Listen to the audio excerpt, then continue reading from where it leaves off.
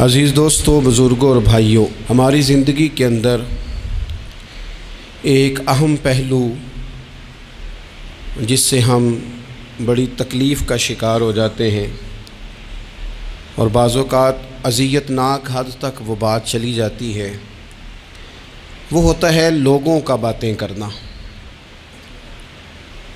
لوگ ایک دوسرے کے بارے میں تبصرہ کرتے ہیں، گفتگو کرتے ہیں۔ اگرچہ اسلام نے اسے بڑا ناپسند کیا اور غیبت کو زنا سے زیادہ بدتر قرار دیا، لیکن معاذ اللہ ثم معاذ اللہ لوگ پھر بھی اس اخلاقی کمزوری کا شکار ہو جاتے ہیں اور لوگوں کے بارے میں گفتگو کرتے ہیں۔ پھر لوگوں کی وہ باتیں جب ہم تک پہنچتی ہیں، جس کے بارے میں بات کی جا رہی ہوتی ہے، جب اس تک پہنچتی ہے تو وہ شخص بڑی اذیت کا شکار ہو جاتا ہے۔ وہ ذہنی تکلیف میں بھی آتا ہے، کرب میں بھی مبتلا ہوتا ہے، اور بعض اوقات خدا معاف فرمائے تو بعض لوگوں میں مایوسی بھی پھیل جاتی ہے۔ آپ قرآن مجید فرقان حمید کو دیکھیں تو اللہ تعالیٰ نے قرآن مجید میں فرمایا کہ وَإِذَا قِيلَ لَهُمْ آمِنُوا كَمَا آمَنَ النَّاسُ، جب منافقین سے کہا جائے کہ اس طرح ایمان لاؤ جس طرح کے باقی لوگ ایمان لائے ہیں، یعنی صحابہ کرام، قالوا تو وہ کہتے ہیں آنؤمن کما آمن السفہاء، ہم اس طرح ایمان لے آئیں جس طرح معاذ اللہ یہ بیوقوف ایمان لائے، ان کی طرح ایمان لے آئیں۔ الا انہم هم السفہاء، اللہ فرماتے ہیں خبردار ہو جاؤ یہی بیوقوف ہیں، ولکن لا یعلمون، لیکن یہ جانتے نہیں۔ انہیں اس بات کی خبر ان لوگوں کو جو کائنات کے بہترین لوگ ہیں زمین پر، انبیاء کے بعد صحابہ، ان کو لوگوں نے بیوقوف کہہ دیا، باتیں کر دی۔ آپ قرآن مجید دیکھیے سورہ قلم کے اندر اللہ تبارک و تعالی نے اس بات کا بھی جواب ارشاد فرمایا ہے، جب لوگوں نے کہا تھا کہ معاذ اللہ حضور تو مجنون ہے، تو اللہ نے فرمایا محبوب آپ رب کے فضل سے مجنون نہیں ہیں، بلکہ اللہ نے آپ کو خلق عظیم کا مالک بنایا ہے۔ وَإِنَّكَ لَعَلَىٰ خُلُقٍ عَظِيمٍ، لوگ بات کرتے ہیں اور کر جاتے ہیں اور شوق رکھتے ہیں تبصرہ کرنے کا۔ تو میں نے بہت سارے لوگ ایسے زندگی میں دیکھے ہیں جو لوگوں کی باتوں کی وجہ سے اذیت میں آ گئے، تکلیف کا شکار ہو گئے۔ اور میں اور آپ تو کسی کھاتے میں نہیں، حضرت ابوبکر صدیق رضی اللہ تعالیٰ عنہ جیسے لوگ، افضل البشر بعد الانبیاء بالتحقیق حضرت صدیق اکبر۔ آپ قرآن مجید 30ویں پارے کی تلاوت میں یہ بات دیکھیں گے کہ جب حضرت ابوبکر صدیق نے غریب غلاموں کو خرید کر آزاد کرنا شروع کیا، حضرت بلال حبشی کو، حضرت عامر بن فہیرہ کو اور کچھ غلاموں کو خرید کر آزاد کیا، تو لوگ کہنے لگے کہ یہ بلال نے کبھی کوئی احسان کیا ہوگا ابو بکر پر، تبھی تو خرید کے آزاد کیا ہے، ورنہ کیا ضرورت تھی اتنے پیسے لگانے کی، کوئی تو بات ہوگی۔ اللہ تعالیٰ نے اس کا بھی قرآن مجید میں اعلان فرمایا ابو بکر نے جو کیا ہے رب کی رضا کے لیے کیا ہے۔ تو گفتگو کرنا، بات کرنا، لوگوں کا اتنا یہ خطرناک مزاج ہے، ایک جملہ کہہ کے لوگ سائڈ پہ ہو جاتے ہیں، بندہ بیچارہ ساری رات تڑپتا رہتا ہے، ایک فکرے کا تبصرہ کر کے لوگ کونے میں چھپ جاتے ہیں، اور کسی آدمی کے لیے وہ اسے سولی پہ لٹکا جاتے ہیں، اپنی زبان کے تیروں سے لوگ پریشان کرتے ہیں۔ پہلے تو اللہ سے یہ معافی مانگیں کہ رب اس جرم سے ہمیں محفوظ فرمائے۔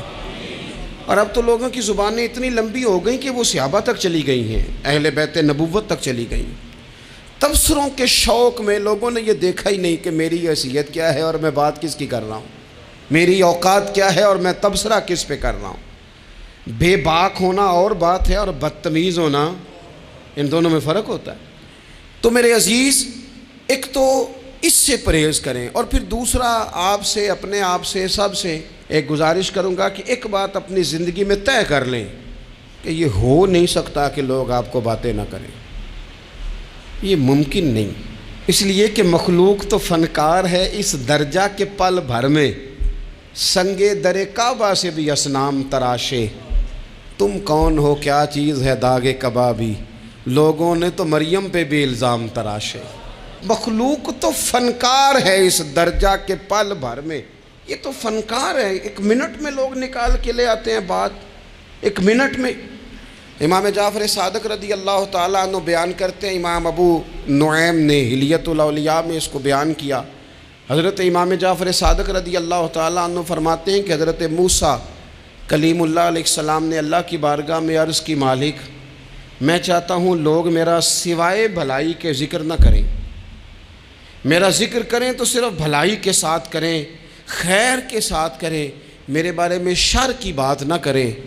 تو رب کریم نے فرمایا، موسیٰ یہ بات تو میں نے اپنے لیے بھی نہیں چاہی کہ لوگ جب بھی میرا ذکر کریں خیر کے ساتھ ہی کریں، تب جب رب نے اپنے لیے نہیں چاہا تو پھر اے موسیٰ لوگ تو بات کریں گے ہی، لوگ تو منہ میں زبان رکھتے ہیں، یہ تو گفتگو کریں گے ہی، یہ تو کریں گے۔ اب ہوتا کیا ہے، ہم اس کا نفسیاتی اثر لیتے ہیں، ہم اس کا اثر لیتے ہیں۔ میں اکثر کہتا ہوں سارے لوگ ہی کانوں کے کچے ہوتے ہیں، کچھ تھوڑے زیادہ ہوتے ہیں، کچھ تھوڑے کم ہوتے ہیں، اور بعض لوگ کہتے ہیں اتنے لوگ فلانے بندے کی بات مانتے ہیں۔ تو میں نے کہا دنیا میں تو آج بھی کافر زیادہ ہیں، کافر زیادہ ہیں، شیطان کے پیروکار آج بھی، تو زیادہ ہونا کوئی حق کی دلیل ہے ہمیشہ؟ یہ کیا بات ہوئی کہ فلانے کی اتنے لوگ بات مانتے ہیں؟ یہاں تو میں نے یہ دیکھا ہے اس معاشرے میں کہ جھوٹے سے جھوٹا آدمی، اس کے بھی فالور ہوتے ہیں، دغے باز سے دغے باز بندہ، اس کے بھی گویوں کے فالور، اداکاروں کے فالور، فلانے کے فالور۔ اس کا یہ تو بھئی انسان کا مزاج ہے، ہر بندہ کانوں کا کچا ہے، کوئی تھوڑا زیادہ کچا ہے، کوئی تھوڑا کم کچا ہے، تو باتیں تو ہوگی، لوگ منہ میں زبان رکھتے ہیں تو گفتگو تو کریں گے۔ اب یہ اثر لینے والے پہ ہے کہ وہ اس کا اثر کس طرح کا لیتا ہے۔ ہمارے ہاں بڑے بڑے سمجھدار لوگ نفسیاتی ہو جاتے ہیں، بڑی بڑی سمجھدار خواتین نفسیاتی ہو جاتی ہیں، میری ساس باتیں کرتی ہے، میری نند باتیں کرتی ہے، مجھے فلانا باتیں کرتا ہے، مجھے فلانا۔ بھائی باتیں، جس کے منہ میں زبان ہے اس نے بات تو کرنی ہے۔ اب آپ نے کیوں یہ دعویٰ کر لیا ہے کہ آپ اتنے اونچے چلے جائیں کہ آپ کو بات ہی کوئی نہ کرے؟ کیا حرج ہے اس میں؟ اگر کوئی آپ کو بات کر دے تو کیا ہیں ہم؟ کسی نے کر لی تو پھر کیا ہوا؟ اس کا اتنا اثر قبول کرنا کہ ساری رات سونا ہی نہ، پریشان ہو جانا۔ اور بعض لوگ ایسے ہیں جنہیں اتنی باتیں نہیں ہوتی جتنی انہیں ٹینشن ہوتی ہے، یعنی وہ دو بندے کونے میں کھڑے ہیں تو میری ہی بات کر رہے ہیں، اور بھائی کوئی اتنا اہم نہیں ہے، انہیں کوئی اور کام بھی ہو سکتا ہے، تیری بات ہی انہوں نے کرنی۔ بلا وجہ لوگ سمجھتے ہیں کہ میں بڑا اہم آدمی ہوں، وہاں بھی مجھ پہ تبصرہ ہو رہا ہے، یہاں بھی ہو رہا ہے۔ اس پہلو سے باہر آئیں، اس کمپلیکس سے نکل آئیں۔ ابن حزم کہتے ہیں کہ مصر میں ایک تاجر بڑا کامیاب ہو گیا تھا، بڑا کامیاب تاجر ہو گیا۔ تو زندگی میں جتنے لوگ بھی کامیاب ہوتے ہیں ان سے حسد ہوتا ہے، اس سے بھی اس کے ارد گرد کے لوگوں نے حسد شروع کیا۔ اب تاجروں نے پلاننگ کی کہ اسے خراب کیسے کرنا ہے۔ وہ ایک دن اپنے گھر سے نکلا، سفید کرتا سفید پگڑی باندھ کے باہر۔ اب 5-6 لوگوں نے پہلے سے منصوبہ بندی کی ہوئی تھی۔ ایک صاحب اسے ملے، کہنے لگے ماشاءاللہ آج تو سفید کرتے پر سبز امامہ، سبز پگڑی بڑی ہی اچھی لگ رہی ہے۔ تو وہ ہنس کے کہنے لگا، لگتا ہے آپ سو کے اٹھ کے آئے ہیں، پگڑی تو میری سفید ہے۔ اس نے کہا چلو پگڑی تو سبز ہی ہے، باقی آپ نہیں مانتے تو آپ کی مرضی۔ وہ آگے بڑھا، تو اب چونکہ پلاننگ تھی تو ایک شخص اور ملا، اس نے کہا کیا بات ہے، سفید کرتے پر آپ کا پیلے رنگ کا امامہ کیا جچتا ہے؟ اس نے کہا یار کو خدا کا خوف کر۔ ہنس کے کہا کیا ہو گیا، تیری اینک کا نمبر تو نہیں تبدیل ہونے والا ہوا؟ اور بھائی میں نے تو سفید کرتا اور سفید ہی امامہ باندھا ہے۔ اب 2-3 لوگوں کی دفعہ تو وہ مسکرایا، لیکن وہ ڈھیر سارے لوگوں نے منصوبہ بندی کی تھی۔ وہ جب چوتھے کے پاس گیا تو اس نے بھی کہا کہ کیا بات ہے سفید کرتے پر پیلے رنگ کے امامے کی؟ اس نے کہا پیلا کہاں ہے؟ اب وہ غصے ہونے لگا۔ اب وہ چھٹے کے پاس گیا تو اس نے کہا جناب کیا بات ہے سفید کرتا اور کالا امامہ؟ اب وہ غصے میں اتنا باولا ہوا کہ پہلے ہنسا پھر رویا، پھر اسے سمجھ نہ آئی کہ دکان کا تالا کس چابی سے میں نے کھولنا ہے۔ بس وہ شام ہوئی تو اس بیچارے کو بچوں نے روڑے مارنے شروع کر دیے۔ وہ اتنی تکلیف میں آ گیا کہ لوگ اسے پاگل کہنے لگے۔ کیوں؟ اس لیے کہ لوگ منصوبہ بندی، افواہ تھی نا کہ میری طبیعت خراب ہے، تو لوگوں نے حال پوچھ پوچھ کر بیمار کر دیا۔ لوگوں کی باتیں، لوگوں کے تبصرے، لوگوں کے کومنٹس، بولے امام شافعی امام شافعی فرمانے لگے لوگوں کی باتیں پتھروں کی طرح ہوتی ہیں، یہ روڑوں کی طرح ہوتی ہیں، اگر انہیں کمر کے اوپر رکھ لو گے نا تو یہ تمہاری کمر توڑ دیں گی، اور اگر تم ان کو اپنے پیروں کے نیچے رکھ لو گے تو تمہارا قد اونچا ہو جائے گا۔ بس دنیا میں وہ لوگ پریشان ہوتے ہیں جو لوگوں کی باتوں کو کندھوں پر سوار کر لیتے ہیں، جو پیروں کے نیچے رکھے، جو پاؤں کے نیچے رکھے ان کا قد۔ وہ پرانے زمانے میں نا عارف رومی رحمۃ اللہ علیہ فرماتے ہیں کہ ایک بیل گائے گر گئی تھی کنویں کے اندر، تو اب وہ لوگ اس کو نکال تو نہیں سکتے تھے، تو انہوں نے اس طرح کیا کہ مٹی ڈالنی شروع کر دی کہ اب بدبو آئے گی، پریشانی ہوگی، تو اس کو بند کر دیتے ہیں اندر ہی، کنویں کو کنواں نئی جگہ پہ کھود لیتے ہیں۔ انہوں نے جب اس کے اندر مٹی ڈالی نا تو وہ گائیں جو تھی وہ مٹی جھاڑ کے تو مٹی کے اوپر آ گئی، انہوں نے پھر مٹی ڈالی تو وہ تھوڑی اور اوپر آ گئی، اور مٹی ڈالی تو اور وہ مٹی ڈالتے گئے اور گائیں وہاں سے کنویں سے باہر آ گئی۔ لوگوں نے دفن کرنا چاہا، وہ باہر نکل آئی۔ اور میرے بھائی لوگ بھی اپنی باتوں میں دفن کرنا چاہتے ہیں، لیکن یاد رکھنا جو چمکنے والے تھے وہ چمکتے ہی رہے، جن کو اللہ نے عزت دی تھی ان کی گھٹائی کوئی نہیں سکا۔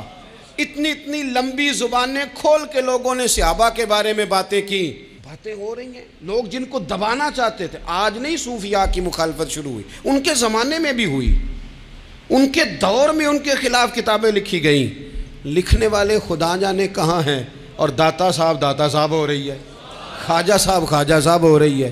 حضور غوث اعظم کے ان کے زمانے میں بھی ایسا نہیں ہوا کہ بڑی خوشی سے لوگوں نے آگے بڑھ کے پھول ڈالے ہوں، ان کے دور میں باقاعدہ جتھے تیار ہوئے، جتھے، اور پورا کام کیا گیا۔ اور ویسے بھی اگر کوئی شخص آپ کا مخالف ہی نہیں ہے تو پھر آپ کو چمکنے کا مزہ کیسے آئے گا؟ کوئی تو مخالف ہو نا، کوئی تو ہو نا جو کوئی بات کرے۔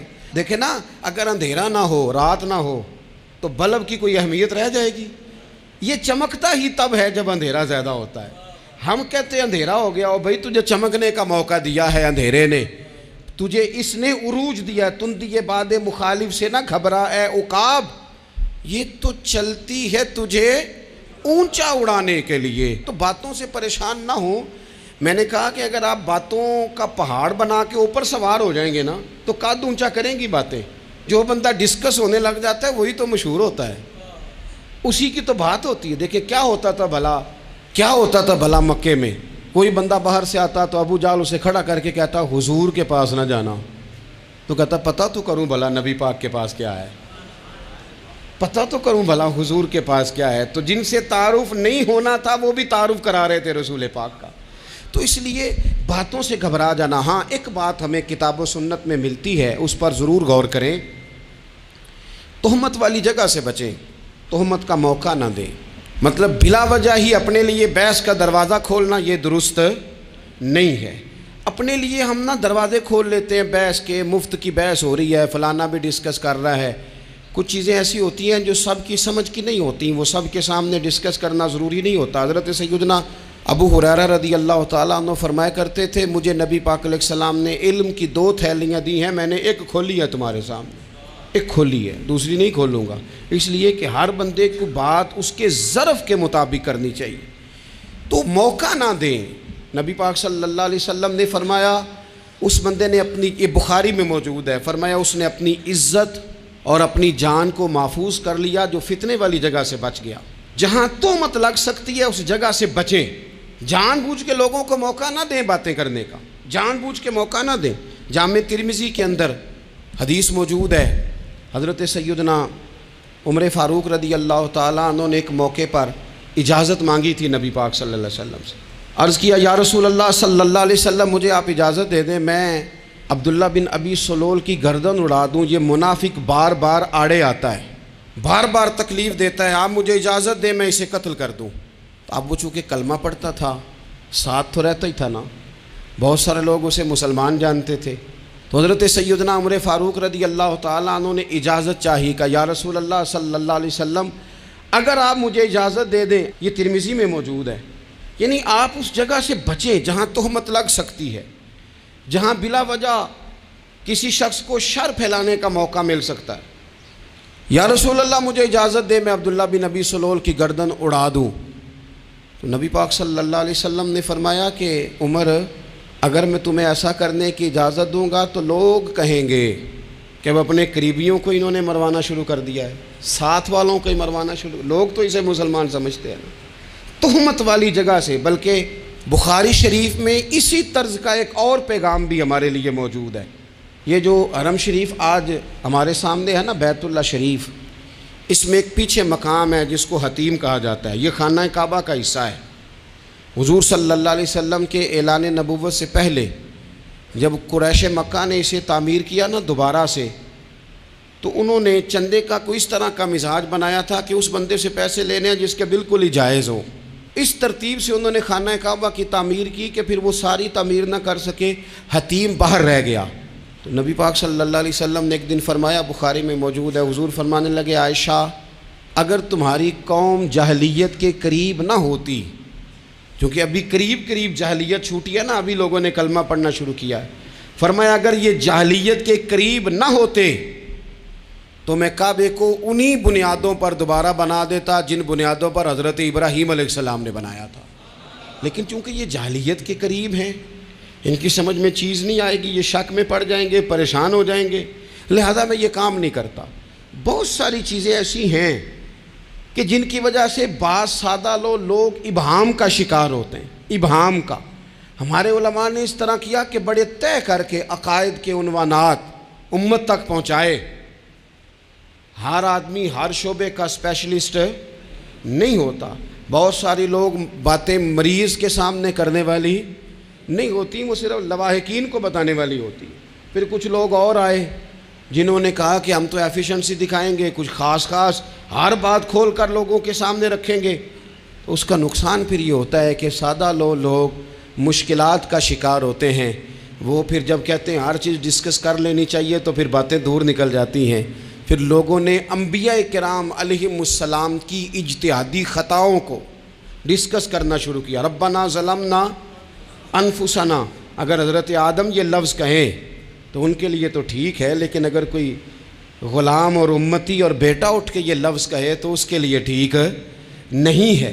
تو میرے عزیز ایسے کام نہ کریں جس کی وجہ سے بلا وجہ بحث کا۔ ہمارے یہاں کچھ لوگوں کو شوق ہے خبروں میں رہنے کا، وہ ایسی باتیں چھیڑتے ہیں جن سے نہ وہ خبروں میں رہ سکیں۔ میں نے دیکھا ہے وہ کہتے ہیں جی میں نے کوئی انوکھی بات کرنی ہے۔ بھئی انوکھی بات کرنے سے بندہ مشہور تو ہو جاتا ہے۔ ہمارے زمانے میں مشہور ہی وہ ہوتا ہے جو دوسروں سے ذرا ہٹ کے بات کرے، انوکھی کرے۔ وہ ہمارے لطیفہ لکھا ہے نا، ایک اہل عرب کا ایک ہجا نام کا عربی کا ایک لطائف سنانے والا شاعر ہے، تو وہ کہتا ہے کہ ایک شخص نے ایک دفعہ کہہ دیا تھا گدھا کھانا جائز ہے۔ بڑے بڑے علماء اس کے گھر چلے گئے کہ بھئی کوئی دلیل، کوئی جزیہ، کوئی کہاں سے، کوئی کتاب، کوئی حوالہ، کوئی شے۔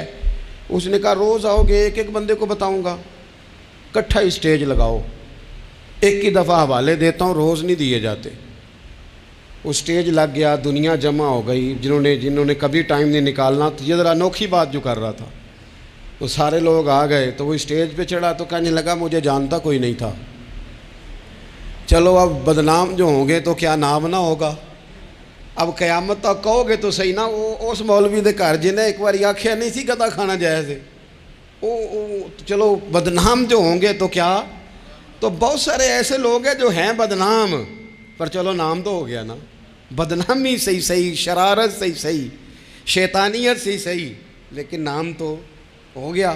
تو اس لیے کوئی ایسا انوکھا کام جس سے لوگوں کی، میں آپ سے بڑی گزارش سے عرض کروں، اعلیٰ حضرت بریلوی رحمۃ اللہ علیہ نا، لالٹین کے اندر مٹی کا تیل جلایا جاتا ہے ہمارے ہاں، تو مٹی کا تیل ظاہر ہے اس سے بدبو آتی ہے، تو مسجد میں وہ جلانا جائز نہیں تھا۔ تو ایک صاحب ارنڈی کا تیل لائے، وہ خوشبو والا ہوتا ہے، وہ لا کے انہوں نے نا اعلیٰ حضرت بریلوی رحمۃ اللہ علیہ کو لالٹین میں ڈال کے دیا اور کہا کہ یہ مسجد میں اس کو جلاتے ہیں چونکہ اس کے اندر سے خوشبو آتی ہے، بدبو نہیں آتی۔ تو وہ جو شرعی عذر ہے نا، حضور نے فرمایا کہ جمعے والے دن غسل کر کے آؤ تاکہ کسی کے پسینے سے ایک دوسرے کو تکلیف نہ ہو۔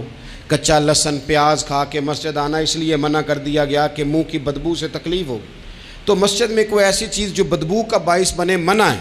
اب انہوں نے وہ تیل لا کے لالٹین میں ڈالا جس سے خوشبو آتی تھی اور لالٹین بھی روشن ہوتی تھی۔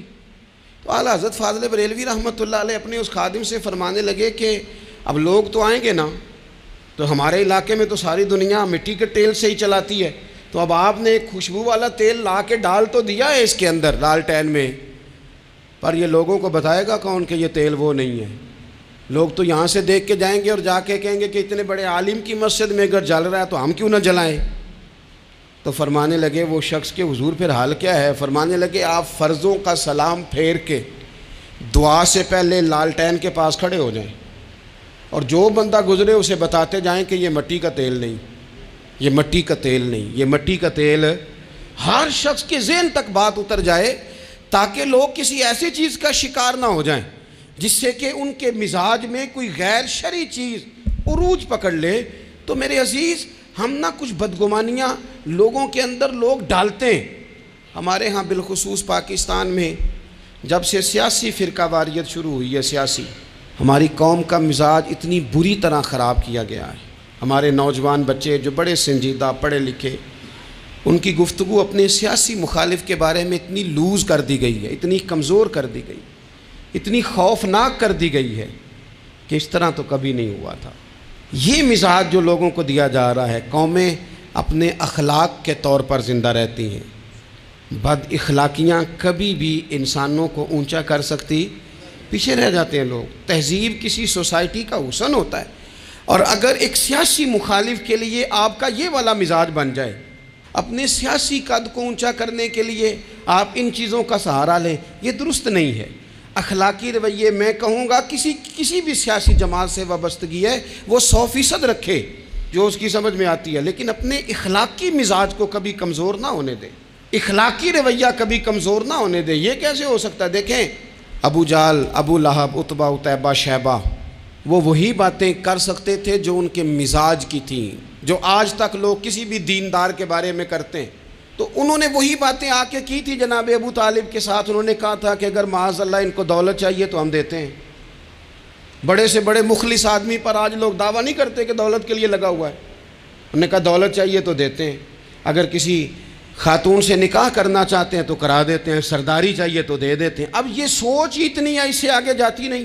وہ معاذ اللہ حضور کے بارے میں اور بھی باتیں کرتے، یہ شاعر ہیں، یہ جادوگر ہیں، یہ فلاں ہیں، لیکن میرے نبی پاک علیہ الصلوۃ والسلام نے کبھی بھی ان کی ذاتی زندگی کو ڈسکس نہیں کیا، کبھی نہیں کیا۔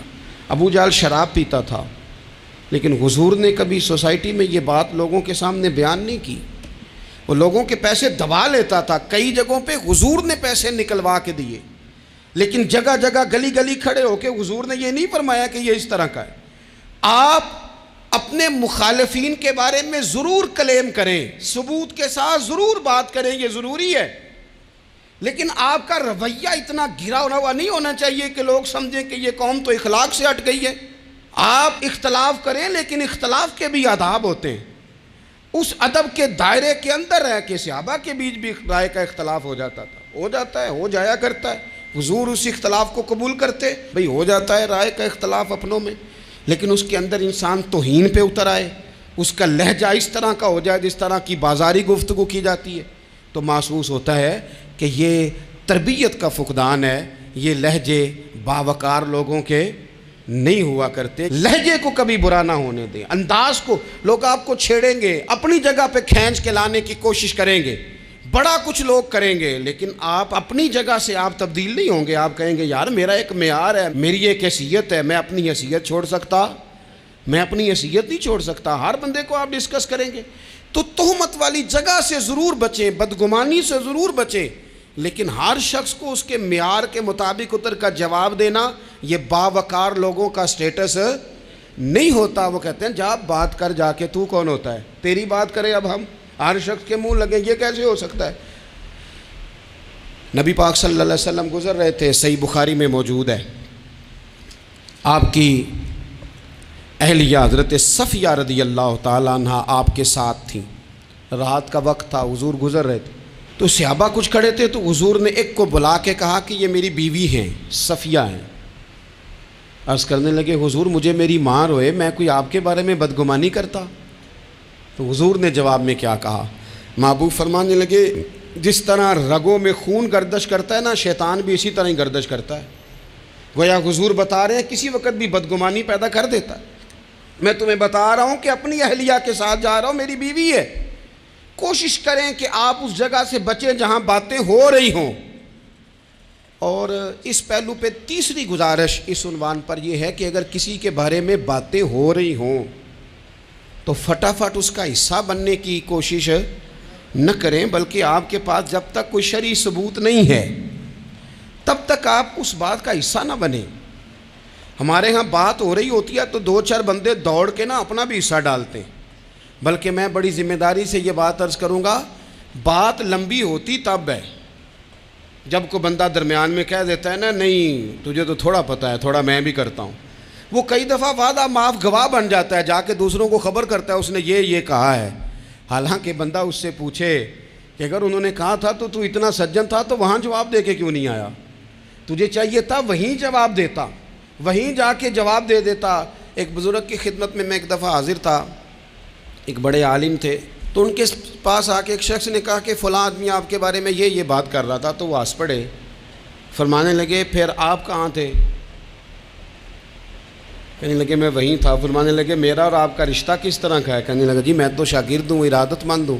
تو فرمانے لگے پھر آپ میرے پاس سوال لے کے آ گئے ہیں، آپ نے وہاں جواب کوئی نہیں دیا۔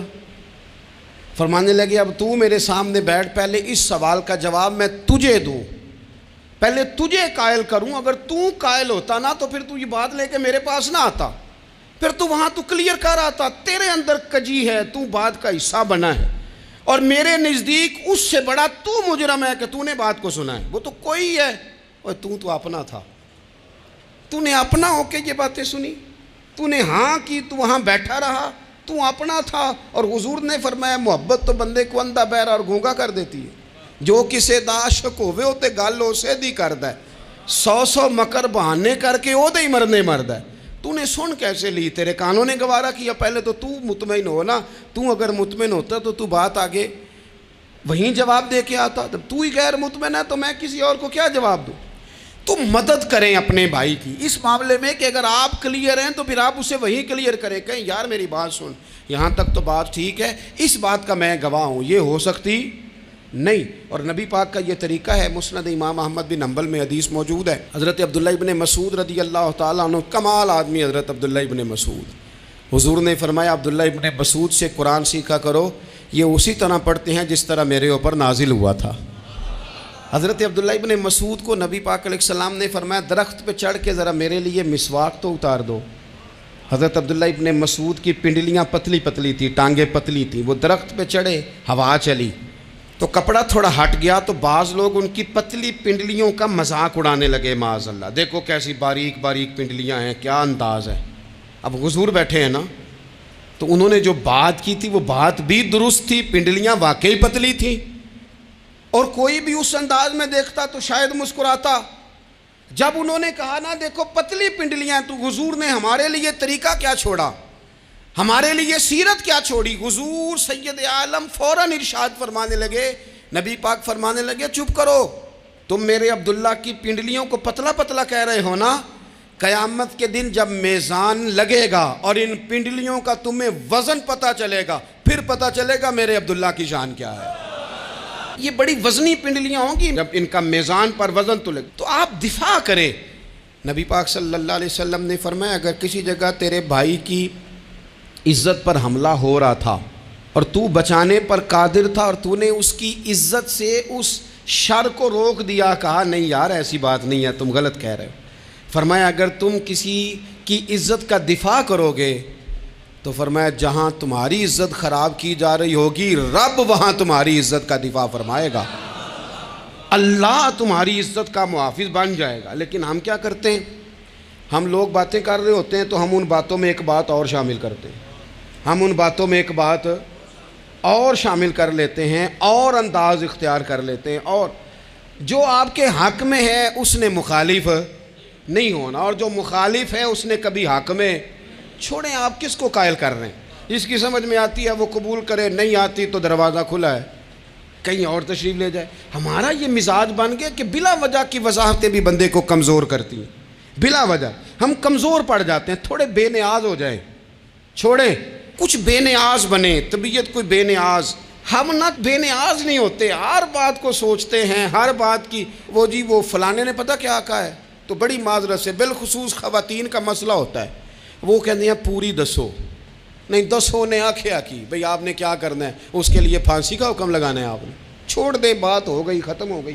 اپنی زندگی میں تھوڑی سی بے نیازی بھی پیدا کریں، تھوڑی سی بے نیازی، ہر ایک کی بات سننا، ہر ایک کی بات پر غور کرنا، ہر بندے پر تبصرہ شروع کر دینا، وہ تو تکلیف آ جائے گی۔ وہیں سے جہاں سے بات شروع کی تھی پھر وہیں لاتا ہوں کہ باتوں کا اثر لیں لیکن صرف خیر کی باتوں کا اثر لیں، لیکن صرف اچھے لوگوں کی باتوں کا۔ ہر ایک کی بات کا اثر لوگے، لوگ دو قدم نہیں چلنے دیں گے۔ اور دوسرا، میں آپ کو بڑی ذمہ داری سے عرض کرتا ہوں، ہم ویژن والے لوگ ہیں، ہماری 1400 سال کی تاریخ ہے، ہم ویژن والے لوگ ہیں۔ یہ نہیں ہے کہ ادھر ایک بندہ آیا تو تھوڑی سی ہم اس کے پیچھے چلے جائیں گے، پھر کل ایک اور آئے گا تو تھوڑا سا اس کے پیچھے چلے جائیں گے۔ یہ تو وہ لوگ ہوتے ہیں جن کے پیچھے بنیاد نہیں ہوتی، اور جن کی پوری بنیادیں ہونا۔ وقت زیادہ ہو گیا، ورنہ میں آپ کو اپنی سند پڑھ کے بتاتا کہ ہماری سند امام بخاری تک کیسے جاتی ہے اور امام بخاری کی رسول پاک تک کیسے جاتی ہے۔ یہ تو ایک تسلسل ہے۔ تو اس لیے بڑی جلدی آزمائش کا شکار نہ ہوا کریں۔ باتیں کس لیے ہیں؟ جو بندہ ویلا ہے اس نے بھی 4 باتیں تو ہر بات کا اثر نہ لیں۔ بالخصوص جوانوں سے کہتا ہوں، ٹارگٹ اچیو کرنے کے لیے سب سے پہلے تو مقاصد کا تعین کرے، جانا کدھر، اور پھر اس پہ لگ پڑے۔ باتیں ہوتی رہیں گی لیکن باتوں کو پشت پہ سوار نہیں کرنا، باتوں کو پاؤں کے نیچے رکھنا ہے، قد اونچا ہو جائے گا، قد اونچا ہو جائے گا۔ پشت پہ سوار کرو گے تو گردن ٹیڑھی کر دیں گے۔ آپ بس بڑھتے جائیں۔ گھوڑا جب دوڑتا ہے نا، دوڑتا ہے تو اس کے پیروں کو جھاڑیاں لگتی ہیں، لیکن اگر دوڑتا رہے تو کوئی جھاڑی کہیں رہ جاتی ہے، کوئی کہیں رہ جاتی ہے۔ باقی مخلوق کرتی ہے باتیں، وہ کرتی رہے گی۔ آپ آگے بڑھیں، سفر کرتے رہیں۔ سفر، بہت سارے باتیں کرنے والے وہیں رہ جاتے ہیں اور کام کرنے والے کہیں کے کہیں پہنچ جاتے ہیں۔ باتیں کرنے والوں میں سے نہ ہوں، کام کرنے والوں میں سے ہوں۔ اللہ توفیق عطا فرمائے۔ آخر دعوانا ان الحمدللہ رب العالمین۔